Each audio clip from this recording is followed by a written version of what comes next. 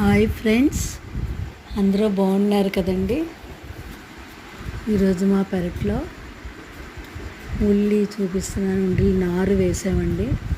ఉల్లిపాయలు ఊరాయి. చూడండి, మీకు చూపిస్తాను. ఒక సామెత ఉందండి, ఉల్లి చేసే మేలు తల్లి కూడా చేయదని.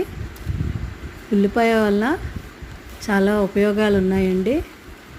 రోగనిరోధక శక్తిని పెంచుతుందండి, అజీర్తిని పోగొడుతుందండి. ఉల్లిపాయలు మనం రోజు కూరల్లో తరచూ వాడుతుంటామండి.